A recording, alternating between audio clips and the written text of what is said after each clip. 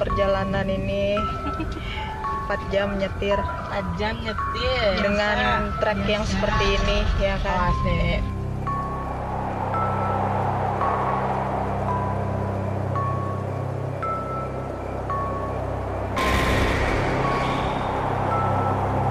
Pada saat lagi foto-foto, gue pikir temen gue. Memang suaranya manggil. Pril gitu. Iya, gue teriak gitu kan. Tapi yang muncul bukan temen gue. Sosok gadis yang bener-bener yang pakaian baju, itu yang pakai baju mau hiking, siap hiking, pakai ransel. Terus yang pakai jas hujan 10 ribuan itu loh, yang plastik. Plastik itu? Iya, nutupin kepalanya gitu. Kamu kenapa? Mau pulang katanya. Saya pikir dia tuh minta pulang, ini lagi jalan pulang, sabar. Saya bilang gitu kan, sabar. Ini kan jauh, saya bilang gitu kan. Pakai bahasa Kalimantan saya nggak ngerti bahasanya gimana, cuman kata abah saya, dia minta balik ke gunung.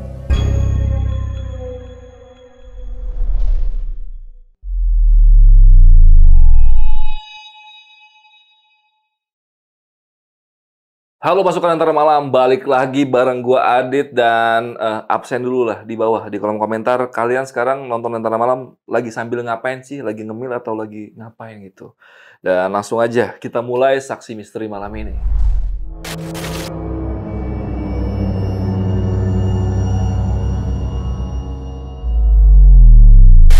Suku Dayak dan Kalimantan itu adalah hal yang sangat tidak bisa dipisahkan. Banyak hal-hal di luar logika yang berkaitan dengan dunia mistis itu banyak sekali terjadi di Pulau Kalimantan.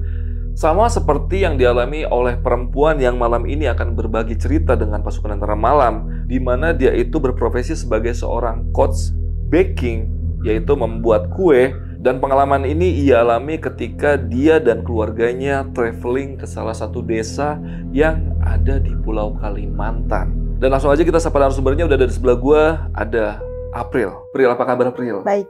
Baik ya. Nah, ini kan lu sering coaching di TikTok tentang kegiatan lu memasak ya, atau biasanya lu bikin kue ya, baking ya namanya. Lebih ya. ke baking. Dan lu malam ini mau cerita tentang pengalaman mistis lu di Kalimantan. Ya. Ini hubungannya apa sebenarnya waktu itu ya?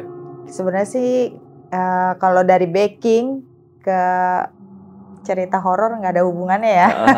Karena dulu sebelum baking itu saya hobinya traveling. Oh, dan lu traveling ke Kalimantan itu? Iya. Dan kita kan sempat ngobrol tadi di bawah nih. Dan desanya pas lu cerita tuh serem juga nih kayaknya. Iya. Walaupun kan adat istiadatnya bagus di situ ya. Itu seremnya gimana sih yang bikin lu merasa kayak ada sesuatu nih di desa ini gitu? Lebih ke nggak boleh keluar jam 6 ya. Jam 6 sore nggak boleh keluar? Nggak boleh. Oke. Terus jarang lampu. Di sana benar-benar gelap kalau udah malam. Harus stronger kalau keluar malam di sana. Terus sama kalau ke gunung hati-hati. Karena desanya ini letaknya di kaki gunung ya. Dan apa sih yang ngebikin lu sampai nggak bisa ngelupain desa itu walaupun udah 2018 lalu ya lu ke tempat itu ya? Hal mistis apa nih? Salah satu mungkin nanti yang bakal lu cerita secara lengkap, mungkin salah satunya aja yang menurut lu ini yang bikin memorable banget lah momen ini gitu. Mau ketemu Abah. Ketemu Abah? Abah itu siapa? Abah tuh yang punya rumah di sebelah kaki gunung itu. Yang dia ternyata udah meninggal 15 tahun yang lalu. Oke. Jadi tadi kita sempat ngobrol kalau lu kesana pertama kali tahun 2017. Iya. Dan lu balik lagi tahun 2018. Iya. Di tahun 2017 lu ketemu Abah. Di tahun 2018? Gak ada, udah meninggal 15 tahun yang lalu. Lu baru tahu fakta kalau si Abah itu 15 tahun lalu udah meninggal. Iya, sama keluarganya semua. Wah, lebih baik kalian simak podcast ini sampai habis. Tapi sebelum itu gue mau infoin dulu nih buat pasukan Lentera Malam yang pengen jadi narasumber seperti April yang ada di sebelah gue. Kalian bisa langsung aja DM ke Instagramnya Lentera Malam, itu ada di lenteramalam.id. Dan langsung aja nih, April udah siap nih buat cerita tentang pengalaman mistis lu waktu di Kalimantan waktu itu. Siap. Oke, gak usah lama-lama lagi, sebelum mengenal ceritanya, kalian tonton dulu intronya.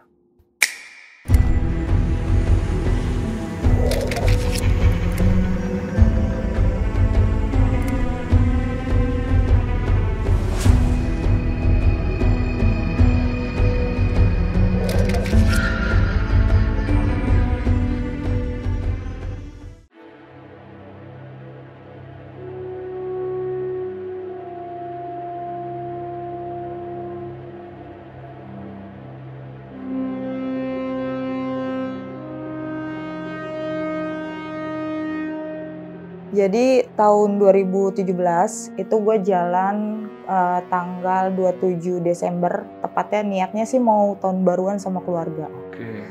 Cuman sampai di sana gue ganti pemikiran lagi. Ternyata di sana kan gue pikir kenapa nggak sekalian cari tahu tentang info Dayak gitu. Kalimantan tuh seperti apa gitu. Ya, karena Kalimantan identik dengan Dayak sukunya. Oke. Gitu. Lebih ke keluarga juga. Terus di sambil itu gue juga pengen tahu apa sih Dayak itu gitu. Oke. Nah, gue memutuskan hari kedua itu gue untuk pergi ke Loksado, nama daerahnya. Itu dari Banjarmasin sekitar 4 jam Oke. menuju sana. Nah, di sana itu gue nyampe itu sekitar jam 1 jam 2-an lah. Nah, gue memutuskan dari Banjarmasin itu langsung ke Loksado. Itu langsung ketemu yang namanya gunung itu. Oke.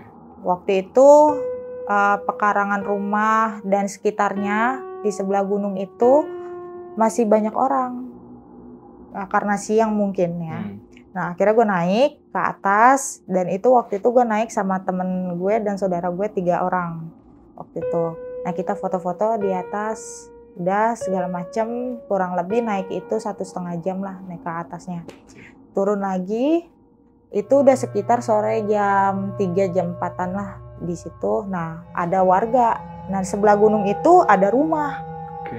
Ada rumah, di mana rumahnya itu ada warganya tuh isinya kalau nggak salah 5 atau 6 orang di situ. Ada kayak bapak, ibu sama 4 orang anak atau 3 orang anak gitu. Nah, karena waktu itu ada peluncuran uang baru dan gue punya, dan gue ingin mengenalkan juga uang emisi baru tuh seperti apa gitu waktu itu. Akhirnya gue bagi-bagiin lah uang itu.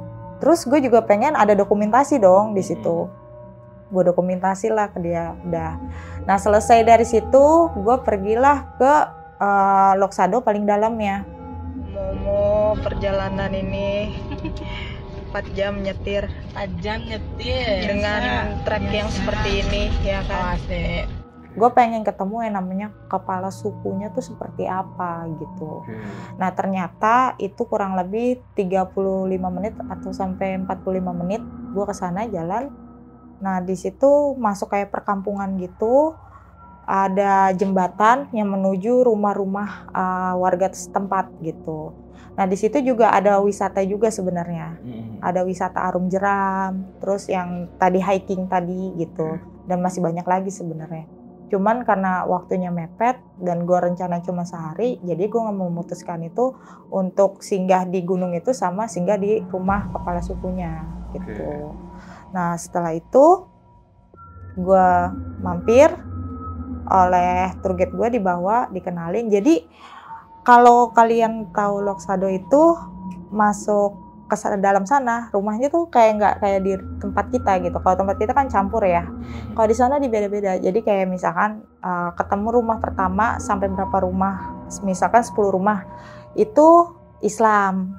Nanti berikutnya Kristen, berikutnya lagi itu benar-benar yang penganut kepercayaan aja. Oke, berarti dibuat blok-blok sendiri gitu ya? Iya, jadi beda-beda. Nah, di situ juga ada rumah adat. Rumah adatnya itu untuk upacara-upacara khusus, kayak misalkan melakukan prosesi pernikahan atau apa, di situ juga ada. Seperti itu. Nah, 2017 itu masih biasa aja, nggak ada apa-apa. Nah, after itu 2018 gue balik lagi, rencana pengen balik lagi, ketagihan lagi. Ketagihan lagi dengan timing yang sama, tahun baru lagi. Nah, di situ gue jalan agak mundur 28 Desember karena biar deket. Tadinya gue mau rencana tahun baru itu gue ya udah di Loksado ngerayain di situ. Nah, 28 Desember gue sampai Banjarmasin malam. Paginya gue mutusin 29 Desember itu mutusin langsung ke Loksado dengan teman gue ini. Berapa orang waktu itu? Waktu itu temen gue 1 orang, saudara itu ada 5 orang. Jadi total 7 orang ya. 7 orang di situ. Nah, gue jalan biasa menuju ke Loksado dari Banjarmasin 4 jam. Setelah itu disambut lah, udah mulai aura-aura nggak jelas tuh di situ, udah disambut tuh. Cuman karena gue orangnya penasaran, jadi ya udah gue ikutin aja permainannya seperti apa gitu. Disambutnya gimana tuh maksudnya? Jadi kayak misalkan kayak disambutnya tuh kayak kok tiba-tiba mobil tuh mati selama perjalanan. Padahal sebelum jalan itu udah dicek semuanya aman, ban aman, semuanya itu udah cek, bensin full segala macam. Karena di sana itu benar-benar nggak ada pom bensin, benar-benar nggak ada minimarket, benar-benar hutan belantara. Berarti benar-benar harus prepare banget kalau mau ke sana. Iya, jadi kalau mau ke sana itu benar-benar memang harus fullin bensin dari kota sebelumnya gitu. Karena benar-benar nggak ada di sana. Cuman warung kecil yang jual makanan warung aja gitu. Nah, itu kok tiba-tiba mati gitu. Bingung dong. Kenapa ya? Tapi nggak mau mikir hal aneh-aneh dulu di situ. Mencoba positif, ya udah akhirnya nggak lama 30 menitan jalan lagi tuh. Jalan sampailah di Gunung Loksado itu. Nggak banyak omong, nggak banyak apa, gue langsung naik. Tapi gue nggak tahu kenapa gue tuh naik sendirian. Gue kayak ninggalin temen gue sama keluarga gue di situ. Itu jam berapa Di bawah. kira-kira waktu itu? Itu masih sekitar jam 1, jam setengah 2 lah. Siang masih siang. Itu gue tinggalin aja, gue naik sendiri, bener-bener sendiri gitu. Nah sampai atas, karena jalannya juga agak ribet ya. Kalau sendirian orang juga akan mikir 100 kali untuk sampai di puncaknya, karena itu bukan gunung yang ada jalan Ada jalan setapaknya. Iya, ya. jalan setapaknya enggak. Tanah. Bener-bener batu sama tanah liat yang licin gitu. Karena licinnya itu kan mungkin tropis kali ya, hutan gitu kan. Udah naik aja, gue terjal itu semua. Sempet di atas tuh sempet foto-foto, nikmatin alam segala macem. Nah di sini nih tiba-tiba itu pada saat lagi foto-foto, gue pikir temen gue. Memang suaranya manggil. Manggil. Tapi pakai suara temen gue. Pril gitu. Iya, gue teriak gitu kan. Tapi yang muncul bukan temen gue. Sosok gadis yang bener-bener yang pakaian baju itu, yang pakai baju mau hiking, siap hiking, pakai ransel.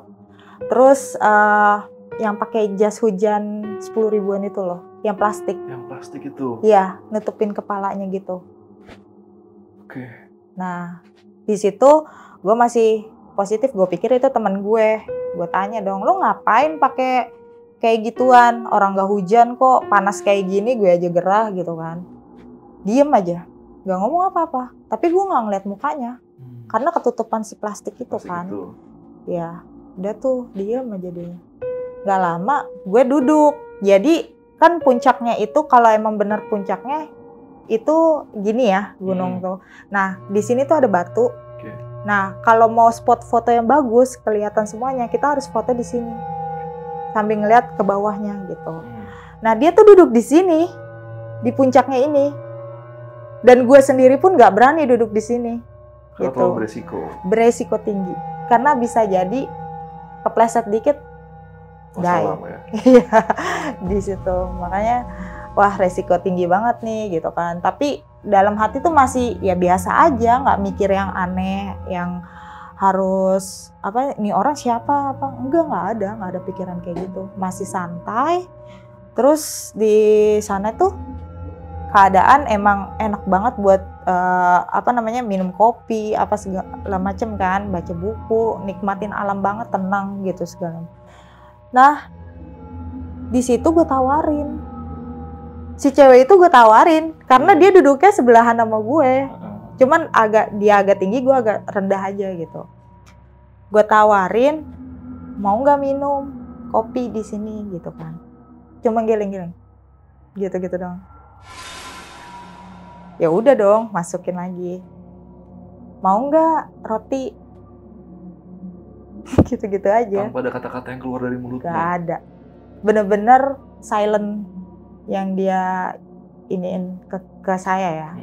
Terus ya udah, nih orang kok aneh ya, saya mikir gitu kan, nih orang kok aneh, nggak mau apa-apa. Orang kan biasanya kalau normal itu enggak kak, makasih atau apa gitu kan, say thank you lah kayak gitu. Ini enggak, bener-bener diem, cuman mandangin ke depan, kakinya gelantungan gini, duduk gini. Kan kita kalau ngeliat dari samping karena ininya plastik ya, nggak kelihatan dong. Kelihatan. Iya kan, gini aja deh, gini. Gitu. Itu sempat berpikir, udah nggak beres nih, gitu kan. Lu udah sedikit ngerasa tuh ya? Udah ngerasa.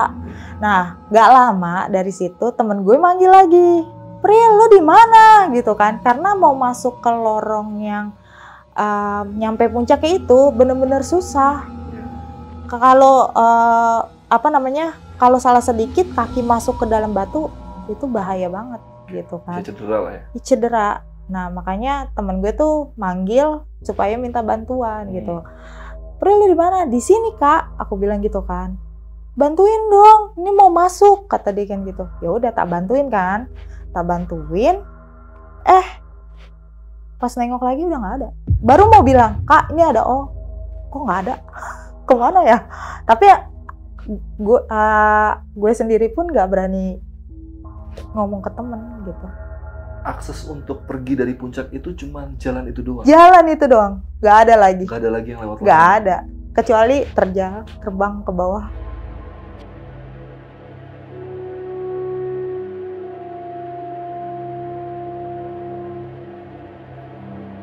Nggak hanya sampai di situ ya ceritanya. Terus pas mau nengok, kok nggak ada ya? Gimana nih orang? Batin dong, aneh nih. Udah mulai nggak beres nih kayaknya gitu kan. Karena gue nemenin temen gue yang baru first time ke situ, gue pengen dia dapat momen juga kan. Ya udah, akhirnya gue temenin juga dia ngefotoin semuanya di situ sampai dia selesai. Nah, sampai situ pas mau turun keluar dari situ, gue sempat nengok ke belakang. Sempat gue perhatiin yang ujung batu dia duduk itu. Lu kemana? Gue sempat begitu, lu kemana? Gak mungkin kan lu jatuh. Gue sempat gitu. Tapi sempat juga gue pengen gue pengen lihat lu gitu. Nah, dari situ gue keburu dipanggil sama temen gue, ayo turun, udah mau sore, soalnya udah jam 4 gitu kan. Ayo turunlah kita. Nah, saudara gue itu cuma sampai posko 2. Dan posko 2-nya itu cuman ada rumah gubuk yang benar-benar gubuk sama pohon bambu di sekelilingnya, gak ada apa-apa. Ada penghuninya nggak rumah itu? Gak ada, cuman kayak gubuk shelter aja gitu ya? Iya, shelter tapi gubuk, bukan rumah ya. Iya. Lebih ke gubuk gitu. Di situ mereka nunggu. Nah, di situ kita juga masih yang foto-foto apa segala macam gitu kan, bareng-bareng lah di situ. Nah, nggak lama turun kita karena udah sore kan, mau menjelang maghrib. Karena kalau di sana itu kalau mau menjelang maghrib itu kadang jarang ada yang boleh pulang kalau pendatang. Kalau bisa nginep aja gitu, takutnya ada hambatan atau apa, nggak ada yang bisa nolong gitu loh. Karena sinyal pun susah gitu, sinyal pun agak susah, nggak bisa semua provider pun masuk di sana gitu. Nah, udah gitu, karena saya juga mau cepet-cepet turun dan pulang, tiba-tiba sampai di bawah, saudara saya, tante saya itu kesurupan. Nah, abah saya manggilin, kan kalau di sana itu panggilnya tante itu acil. Kalau orang tertua itu kalau laki-laki abah gitu ya. Abah saya tuh manggil, ini kesurupan katanya. Gimana Ki, gini-gini. Yang lain pada takut gitu, pada cemas gitu. Nggak tahu kenapa saya tuh tiba-tiba berani gitu. Tiba-tiba saya tanya, kamu kenapa? Dia bilang, mau pulang katanya. Pulang kemana? Ke atas katanya. Nunjuk ke atas. Nah, nunjuk ke atas. Terus mau ngapain? Saya bilang gitu. mau pulang kata dia. Makin marah tuh dia. Ya udah kalau mau pulang, ayo saya anterin. Saya bilang gitu. Mau ke atas kan? Ayo saya anterin. Saya bilang. Terus dia bilang, enggak, maunya sama dia. Dia tuh maksudnya tante saya. Yang kesurupan itu. Iya. Maunya sama dia. Jadi kayak tante saya tuh mau dijadiin tumbal berikutnya di situ bahasanya. Iya. Nggak mau ditemenin siapa-siapa kan? Enggak. Dia maunya sama yang dia masukin badan itu. Gitu. Nggak usah, sama saya aja. Kamu yang tadi di atas kan? Saya bilang gitu. Kalau mau pulang, ayo saya anterin. Kenapa? Saya bilang gitu kan. Nggak mau. Nah, nggak lama ada penduduk setempat lah di situ. Coba ngeredain suasana juga gitu kan. Ngobatin tante saya. Nah, di situ saya nggak fokus sama tante saya. Tiba-tiba saya fokus sama rumah yang 2017 saya kunjungin itu. Karena kan depan-depanan ya. Yang bagi-bagi uang. Iya. Oke. Saya pikir masih ada orangnya. Saya masuklah ke rumah itu. Tapi kok nih rumah kayak rumah berpenghuni tapi kosong. Hampa gitu. Saya coba tembus kacanya begini. Kok nggak ada orang? Kosong. Terus ya udahlah, mungkin lagi pergi, saya bilang gitu. Nah, saya tanyalah sama penduduk sekitar. Ini yang punya rumah sini kemana kah? Saya bilang gitu. Sudah nggak ada kak, katanya gitu. Nggak adanya gimana? Saya bilang gitu kan. Mungkin nggak ada pergi atau apa gitu kan. Sudah meninggal 15 tahun yang lalu. Dan saya baru ke sana setahun yang lalu. Tahun lalu baru ke sana. Iya. Dan Saya ketemu ada orang di situ. Iya. Sekeluarga. Yes. Sekeluarga, bapak, ibu, anak. Itu real, saya kasih uang, saya foto, sampai saya tunjukin. Bahkan udah dokumentasinya. Ada. Ya? Saya sampai bilang, ini loh orangnya ini. Saya bilang gitu. Udah meninggal, Pak. Dan 15 dia tahun memvalidasi lalu. itu kalau orang yang ada di foto itu udah meninggal 15 tahun yang lalu. Iya. Wah. Ini tuh nggak, rumah ini udah kosong lama. Nggak ada yang berani nempatin. Dan gunung ini sebenarnya udah ditutup, udah nggak ada yang boleh naik. Tapi saya heran, kok kakaknya bisa berani naik gitu. Kata warga-warga situ. Ya saya juga nggak tahu, saya bilang gitu kan. Lagi kalau misalkan ditutup, itu kan harus ada portal atau apa gitu kan. Mungkin Ini ada polis lain segala macam. Iya, gitu. ini nggak ada tulisan tutup atau apa, ini nggak ada. Ini benar-benar yang dibiarkan ngemplong gitu. Mungkin karena sebagian penduduk situ untuk memasak itu perlu kayu bakar. Oh, masih sering aktivitas Iya, atas mungkin ya. Iya, sering ngambil bahan bakar dari gunung itu. Karena bawahnya itu kan bukan batu-batu ya. Bawahnya itu benar-benar hutan gitu loh. Tapi emang nggak ada tiketing di situ, nggak bayar? Nggak ada, gratis. Jadi kayak Mas Adit nih, naik ya tinggal naik aja. Nggak ada yang membiayai itu, minta uang atau apa, nggak ada. Gitu. Jadi kayak gunung yang nggak jarang orang tahu. Iya. Oke, lanjut lagi tadi sampai lu dikasih tahu kalau orang itu udah meninggal 15 tahun yang lalu. Iya. Reaksi lu setelah itu gimana? Kaget dong. Yang jelas kaget, kepikiran banget kan. Udah ditambah yang di atas, ditambah yang ini ya kan. Kepikiran kan, makin wah ada apa sih sebenarnya gitu kan, makin penasaran banget gitu. Pengen tahu lagi lebih dalam gitu kan. Cuma saya nggak berani bicara sembarangan juga di sana karena kan apa ya, merasakan keyakinan adat gitu ya. Itu pasti kalau bicara harus hati-hati gitu. Jadi ada adabnya gitu. Udah gitu kan saya itu harus pulang kan. Karena bawa tante saya ini yang udah lemah kondisinya gitu. Posisi di situ udah jam 5. Jam 5 sore.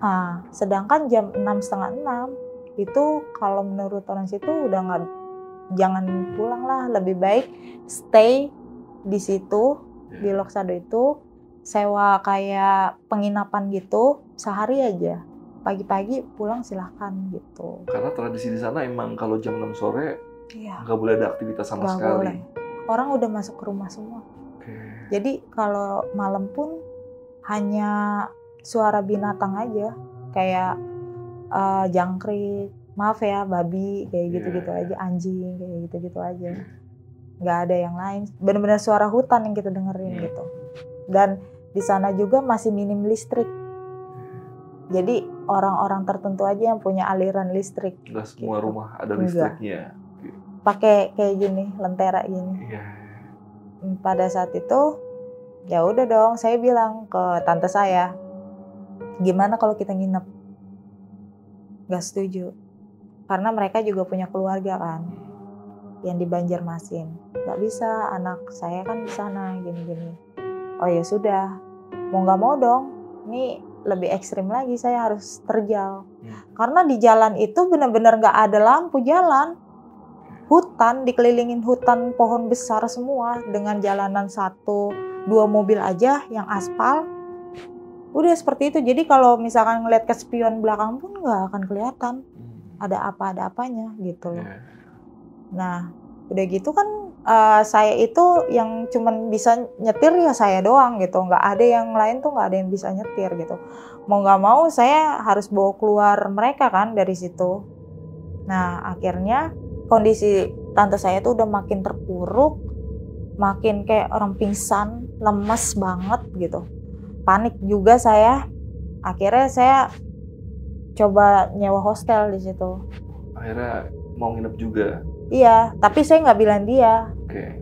Saya nyewa hostel aja, saya bayar di situ penginapan 1 malam. Maksud saya, ya udah kita ke rumah warga itu kan, di rumah warga yang ada ininya kan.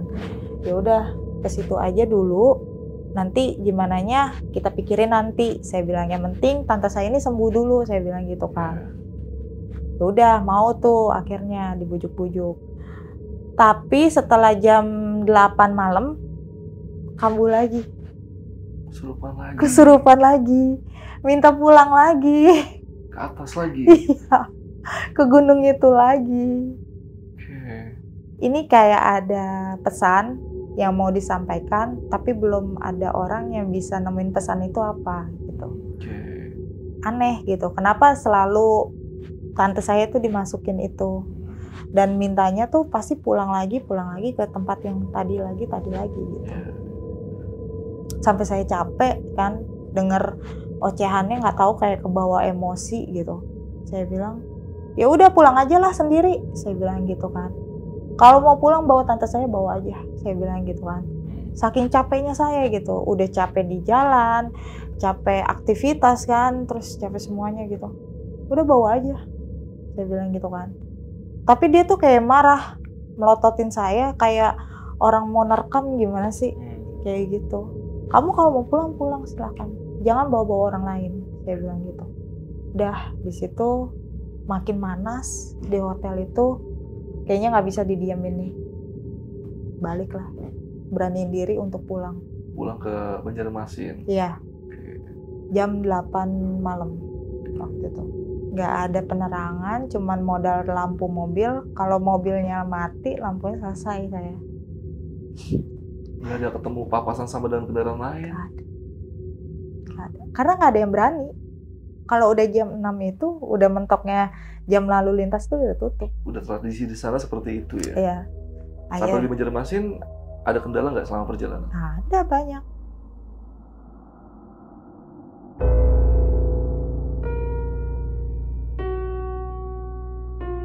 Jadi selama di Banjarmasin tuh, bukan di Banjarmasin ya, maksudnya di perjalanan menuju Banjarmasin, saya itu di sepanjang jalan tuh baru, kan karena kita itu mau keluar dari Loksado itu harus 1,5 jam, kurang lebih ya. Itu nggak bisa kecepatan tinggi, karena jalannya berlekok dan pinggirnya jurang, hutan gitu. Nah, di sana itu saya harus benar-benar merhatiin jalan. Tiba-tiba di pertengahan jalan mati dong mobil. Dek. Panik dong. Ini kenapa? Bensin masih ada, ban aman, mobil semua aman, gak ada kendala apa-apa. Kenapa pas mau pulang mati tengah jalan, mau keluar ke arah Loksado itu? Wah, nggak beres nih, dia bilang. Cuman ya mau gimana, mau nggak mau harus keluar dong. Cuma modal kamera handphone, lampu senter kan. Lihat sekeliling, cuman hutan, nggak ada apa-apa. Mungkin kalau ada binatang udah mati kali saya tuh. Kalau ada harimau. Alhamdulillahnya saya cek, saya coba starter lagi, namanya kita cewek, nggak ada yang ngerti sama sekali mesin. Kita starter lagi nggak bisa, udah mulai panik tuh, 30 menit. Starter kayak gitu, aduh gimana nih? Malah bukan minggir lagi. Pas di jalan ini, jalan buat jalan mobilnya gitu. Gak lama, kok ada lampu gitu. Lampu sorot jauh. Apa ini? Saya bilang gitu kan. Jangan-jangan ada orang ini kan masuk itu. Ternyata ada truk memang. Tapi truk itu kosong. Gak ada orangnya. Gak ada yang ngendarain. Gak ada. Kosong, tapi nyorot ke kita. Nyorot kayak ngeng gitu. Tapi nggak ada. Kan kelihatan dong, karena kita di luar kan. Kelihatan dong ngeliatin. Gak ada orang di truk itu. Truknya jalan. Makanya saya bilang, wah mulai aneh gitu. Makin takut gitu untuk keluar dari situ. Jadi kayak serba salah. Saya mau mundur salah, mau maju salah. Tapi mau nggak mau harus sampai rumah. Ya udah, dengan tekad aja udah, modal nekat. Akhirnya saya jalan lagi, alhamdulillah tuh Bang bisa nyala. Bisa nyala. Cuma sekedar Habis truk lewat itu langsung nyala itu mobil saya. Kayak emang lu disuruh buat ngelihat si truk itu dulu kayaknya baru bisa jalan. Mungkin kali ya. Saya suruh lihat dia dulu kondisi. Ini pertama loh, belum berikutnya gitu. Nah, udah nyala, jalan dong kita, jalan lagi. Mau sampai gapuranya, selamat datangnya itu, kena lagi di situ. Kenanya, dia mulai meronta-ronta lagi, minta pulang. Kesurupan lagi tante. Ya, kesurupan lagi ketiga kalinya tuh, kesurupan. Minta pulang, dianterin ke gunung itu. Gak mau, saya pikir kan dia gak kesurupan ya. Saya pikir dia tuh minta pulang, ini lagi jalan pulang, sabar. Saya bilang gitu kan, sabar. Ini kan jauh, saya bilang gitu kan. Pakai bahasa Kalimantan saya nggak ngerti bahasanya gimana. Cuman kata abah saya, dia minta balik ke gunung. Ya gimana bah, ini udah malam, nggak mungkin juga naik kan. Saya bilang gitu. Naik pakai apa? Nggak ada peralatan yang lengkap, saya bilang gitu kan. Ini mau kayak gimana? Mau didiemin atau gimana? Tetep tuh nangis, yang nangis minta pulang, kayak anak kecil nangisnya. Pulang, gunung gitu terus. Sampai akhirnya ya udah saya mau nggak mau paksa dia untuk pulang ke rumah dari situ. Nah, cuman saya masih bertanya, ini ada apa sih sebenarnya? Saya juga masih penasaran, pengen balik lagi. Cuman kan nggak bisa, karena waktu itu udah malam gitu loh. Nah, ibaratnya nih ya, ternyata yang saya keluar itu bukan kota berikutnya. Gimana tuh maksudnya? Jadi gini, di sana itu mungkin kalau orang bilang dua alam lah ya, gitu. Saya juga nggak bisa ngerasain itu alam yang berbeda atau alam yang sama yang saya pijak sekarang gitu. Cuman pada saat saya di sana mendarain, saya pikir udah ngelewatin Gapura Selamat Datang itu, saya udah masuk kota berikutnya. Ternyata bukan kota berikutnya. Di situ handphone mati semuanya, signal nggak ada apa-apa. Mau menghubungi kemana bingung. Benar-benar, wah, makin kacau nih keadaan gitu kan. Dan jalan yang kita laluin itu kayak muter aja. Kayak lu gak kemana-mana aja. Gak, kayak muter di situ lagi. Itu 3 kali. Sampai 3 kali. 3 kali. Sampai akhirnya itu sampai jam 10:30 masih di situ. Lama juga ya? Lama banget. Karena satu nungguin tante saya yang kesurupan itu kan, ngeredain itu dulu. Terus saya pikir udah masuk di Gapura, itu kota berikutnya ternyata kota yang berbeda gitu loh. wah mulai kacau nih, kenapa gitu, pantesan kok nggak boleh keluar dari jam 6 gitu. Kalaupun mau keluar dari kota tersebut, ya udah jam 3 sore atau jam 4 sore finish gitu. Selebihnya kalau mau lebih dari jam 4 atau jam 5 sore, ya homestay gitu loh. Jangan coba-coba keluar. Dan saya ngalamin sendiri itu yang kejadian mistis yang benar-benar di luar logika gitu. Dan akhirnya lu sampai ke rumah itu jam berapa di Banjarmasin? Jam 3 pagi. Jam 3 pagi? Akhirnya jam 3 pagi sampai di Banjarmasin. Jalan dari sekitar jam 8-an ya? Harusnya cuma 4 jam kan? 4 jam harusnya? Iya. Ini jam 3 pagi. Dan ketika sampai Banjarmasin, tante lu masih... Sehat. Oh, Sehat. normal lagi seperti Normal. biasa? Iya. Malah dia kayak bilang gini, aku tuh capek ya, kenapa ya, kok mau makan ya, sekalinya makan apa, kayak porsi ini banyak banget. Porsi orang nggak normal deh. Portugal ya? Iya. Porsi tukang gali ya? Iya. Benar-benar banyak. Apa aja dimakan kayak orang kelaparan gitu. Kayak energi tuh habis untuk di jalan itu. Dan kita pun juga ngerasa di jalan udah mulai mabuk kendaraan, beda dong sama mabuk hal yang seperti itu. Kalau ada yang pernah ngalamin pasti bisa tahu rasanya. Kayak enak gitulah badannya ya? Enak. Enak. Lebih kalau mabuk ke jalan kan enak, itu kita masih bisa nahan gitu. Kalau ini yang benar-benar udah nggak bisa nahan setelah sampai di rumah. Kayak semuanya tuh wah udah nggak ada daya gitu.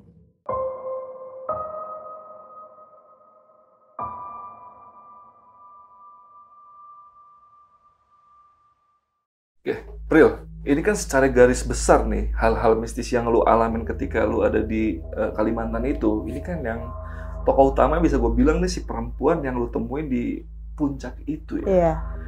Nah setelah semua ini berlalu, setelah lu sampai Banjarmasin baik-baik aja dan tante lu pun kembali seperti normal, ada lagi nggak sih pertemuan lu sama si perempuan itu? Ada. Ada. Oke, tapi tahan dulu bentar nih. Lu kan tadi kesini bawa makanan nih, Pril. Mungkin kita ngobrolin si perempuan ini sambil nyemil kali ya? Boleh, boleh. Jek, boleh Jek? Lapar juga gue soalnya Jek. Ada 3 macam. Oh, ada 3 macam nih.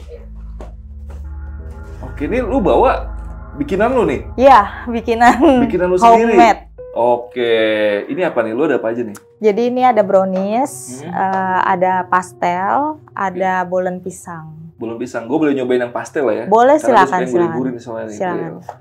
Kita ngobrol sambil makan lah ya. Ya, Mungkin lu makan juga kali. Ya, Jangan, boleh. lu kan ngomong ya, di kota nyembur-nyembur ya. Nyembur-nyembur ya. Gue cobain ya, Pril ya. Boleh, boleh, pastelnya boleh. ya. Oh, enak cuy. Kalau enak-enak, enggak ya. Iya. Cocok nih. Ini biasanya kalau pastel Jujur aja.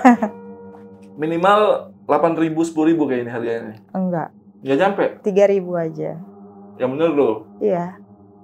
Saya jual murah, tapi mau ngasih yang terbaik aja buat 3.000 customer. satu gini. Tapi kan nggak mungkin kan lu beli dari Jaksel pakai paket, lu beli cuma satu, nggak mungkin Enggak lah. lah, satu kotak. Rugi ongkos ya. Iyalah. Jek, nanti pesen Jek kalau kita mau jalan-jalan keluar ya. Oke, siap. Buat di mobil ya. Iya. Oke. Sambil gua makan, sambil lanjut lagi nih bagian Oke. tadi perempuan tadi. Kan seperti gua tanya tadi itu. Lu pernah nggak ketemu lagi sama perempuan itu dan lu bilang ada? Itu gimana tuh waktu itu ceritanya? Iya, jadi tadi kan gue karena udah capek gitu kan kondisi. Menurut gue mutusin buat balik ke Jakarta aja lah gitu kan. Karena udah capek banget kondisi gitu. Dengan hal-hal yang di luar logika gue semua kejadiannya. Yang nggak ngebayangin akan gue tuh ditunjukin hal-hal yang kayak gitu. Balik ke Jakarta, nah kan lumayan perjalanan Banjarmasin Jakarta kan 2 jam ya, lumayan kan. Nah itu gue selama perjalanan karena capek, gue tidur di pesawat.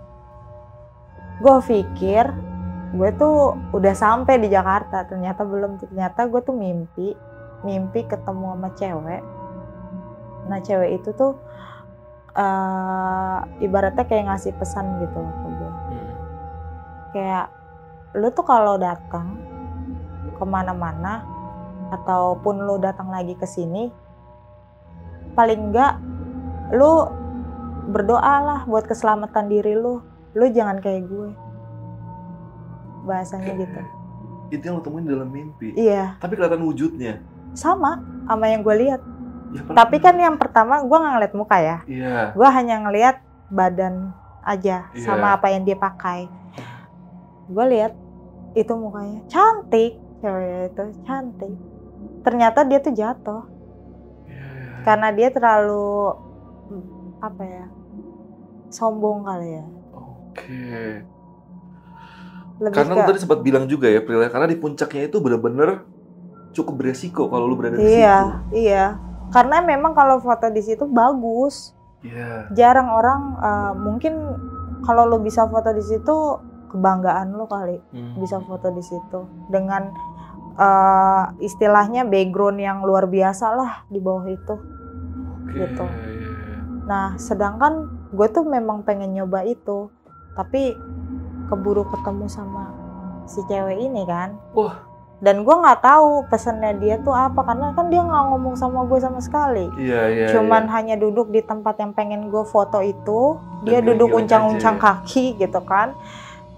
Dan ya udah, ternyata gue baru tahu di situ Dan pesannya. mungkin bisa jadi juga dia ada di situ juga karena mencegah lu supaya ke Mungkin, tempat itu ya. iya. Supaya gue nggak jatuh juga kayak dia. Iya. Cuman ini kenapa nih? Yang ketemu sama dia kan lu di puncak ya. Lu dapet jawaban nggak? Atau mungkin lu punya asumsi sendiri kenapa sampai tante lu ini yang dimasukin sama dia gitu? Iya. Lu punya asumsi sendiri nggak atau apa gitu? Kira-kira gitu? Iya mungkin awalnya dia pengen nunjukin ke gue aja kali ya. Mm-mm. Bahwasannya tadi kan mungkin ada ke distract sama temen gue gitu Iya. kan. Mungkin dia tadinya mau ngomong sama gue, keburu temen gue manggil, jadi ngejadi gitu. Alhasil dia ke tante gue masukin, terus kan gue nantangin, kalau lu mau balik ya silakan sama gue gitu kan. Tapi tante lu tuh emang orang yang gampang kesurupan atau Gampang, sensitif? gampang. Oh, gampang kesurupan. Gampang. Yang Berarti- pemasukan itu kebetulan gampang banget.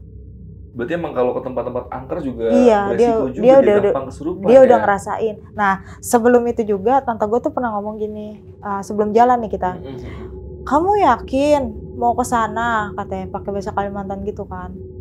Iya, yakin. Orang udah lama kok pengen ketemu sama Abah di sana, saya bilang gitu kan. Abah itu yang punya rumah itu. Iya. Kan saya pernah punya janji sama dia Mau mampir di lagi. 2017 itu. Saya bilang, nanti kalau ada waktu, ada rezeki, saya balik lagi ya Bah ke sini. Nanti saya bawain lagi oleh-oleh dari Jakarta, saya bilang gitu. Iya, dia bilang gitu. Dah, nah saya tepatin kan janji saya. Tadinya tuh saya mau datang, saya mau ngasih sesuatu sama dia gitu loh. Apa tuh pengen lu bawain apa waktu itu? Waktu itu saya bawain selendang Oke. dari Jogja. Iya. Waktu itu kan saya habis dinas dari Jogja. Terus keinget lah saya punya janji gitu kan. Ya udah, saya bawain itu gitu kan. Oh nggak ada, udah meninggal 15 tahun lalu. Wow. Horor. Karena lu sempat berinteraksi, sempat ngobrol juga sama mereka. Ngobrolnya cuman hanya sebatas ini saya punya uang baru, emisi baru. Punya nggak uang yang kayak gini? Karena kan dulu kalau uang baru itu nggak semua orang bisa punya kan. Iya, Kalau iya, yang iya. baru keluar kan. Lambat lah pergerakan pertukaran Iya. uang lama sama barunya. Iya. Karena kebetulan saya kerja waktu itu kan di percetakan uang juga. Jadi jadi gampang gitu tadinya. Terus ya udah, makanya saya kasih unjuk itu. Saya kasih unjuk, ini loh uang baru kali ya.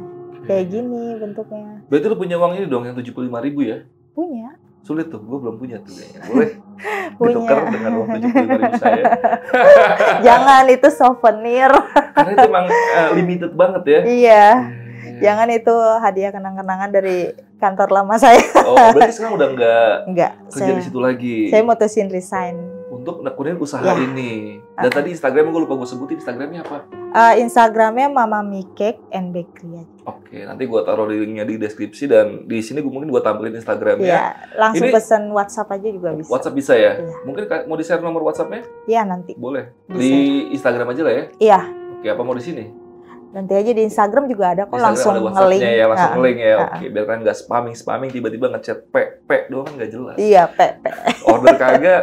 Nah, itu cara ordernya gimana tuh? Maksudnya cuman sekitaran daerah rumah lu aja atau bisa orang dari daerah Enggak, lain? banyak kok orang luar kota pun, Padang, Mm-mm. terus Kalimantan, manapun. Itu ngirimnya pakai apa biasanya kalau makanan gini? Pakai ini, kargo. Oh, kargo. Iya. Tapi kan maksudnya jangka waktunya lama nih dari Batam. Enggak, kan basi ada atau yang gimana? ekspres. Oh, ada yang ekspres. Ada yang instan cuman 1 hari ada. Cuman memang ongkirnya agak mahal. Agak mahal. Jadi kalau beli kayak misalkan produk-produk saya ini, silakan sekalian banyak aja. Nanti kalian bisa kan atau dijual lagi di tempat kalian bisa. Oke, Karena kayak roti aja, saya tuh membuatnya kan fresh ya. Pas ada orderan, saya buat jadi kirim, PO. gitu ya. PO sehari baru kirim. Oh, Jadi oke. bisa kuat lama gitu. Iya, iya. Tapi bukan dari mentah kan lu pas kirimnya gitu. Enggak lah. Udah jadi lah ya. Iya. Dan kuatnya biasanya berapa hari sih? Yang kayak pastel deh gitu. Sehari aja. Seharian bisa ya. Semuanya sehari kok. Tapi aman ya Aman. dikirimnya. Aman. Oke, nanti kalian bisa order di Instagramnya si April ini. Nanti gue taruh di deskripsi dan gue jamin enak nih, beneran enak. Nanti mungkin ini ditinggal di sini ya. Boleh lah. Boleh ya? Oke, siap. Yaudah, paling gue rasa cukup sih malam ini dan beberapa pertanyaan yang pengen gue tanyain ke si April udah terjawab semua. Dan kalau kalian pengen nanya-nanya yang lain, mungkin bisa di kolom komentar. Nanti April mungkin habis video tayang bisa ngecek dan siapa tahu dia mau ngejawab ya. Ya. Tapi nggak usah jawabin semua lah. Yang penting-penting aja. Kalau nggak mau jawab ya nggak mau jawab, nggak apa-apa gitu. Oh ya, saya sih cuma ada pesan ya. Oke, apa tuh pesannya tuh? Saya cuma menyampaikan gini. Karena saya itu suka traveling ya. Mm-mm. Jadi khusus para pemula atau yang sudah lama melakukan perjalanan traveling, solo traveling, itu hati-hati untuk datang ke tempat-tempat baru atau ke tempat-tempat daerah yang memang culture-nya itu masih kental gitu. Kalian harus menghormati satu sama lain, Betul banget. harus menjaga nama baik dari desa tersebut. Iya, Gitu. iya, iya. Jangan sampai nanti malah petaka yang jadi ke diri kalian sendiri. Gitu. Iya, betul banget. Dan gue setuju banget tuh misalnya kayak ada teman-teman yang mampir ke daerah-daerah yang dibilang cukup sakral, kan biasanya dia tuh suka nemu sesajen atau segala macam gitu Iya. kan, dan banyak juga yang berlindung atas nama agama kalau itu haram dan harus dihilangkan.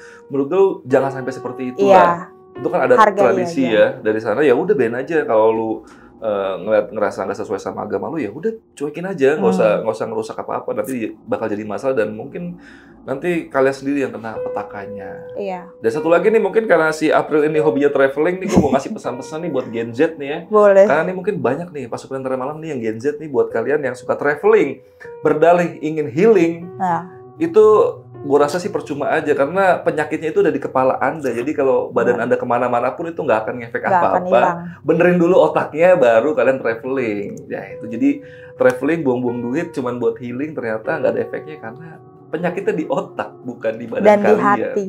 Iya. Yaudah, sekali lagi thank you banget Pril udah share pengalamannya di Lentera Malam. Ya. Dan semoga usaha lu sukses ke depannya. Amin, Bisa jadi main job lu yang benar-benar bisa ngehidupin lu dan Amin. keluarga lu ya. amin. Oke, yaudah paling podcast malam ini cukup segini aja. Gua Adit dari Lentera Malam dan April izin pamit. Bye.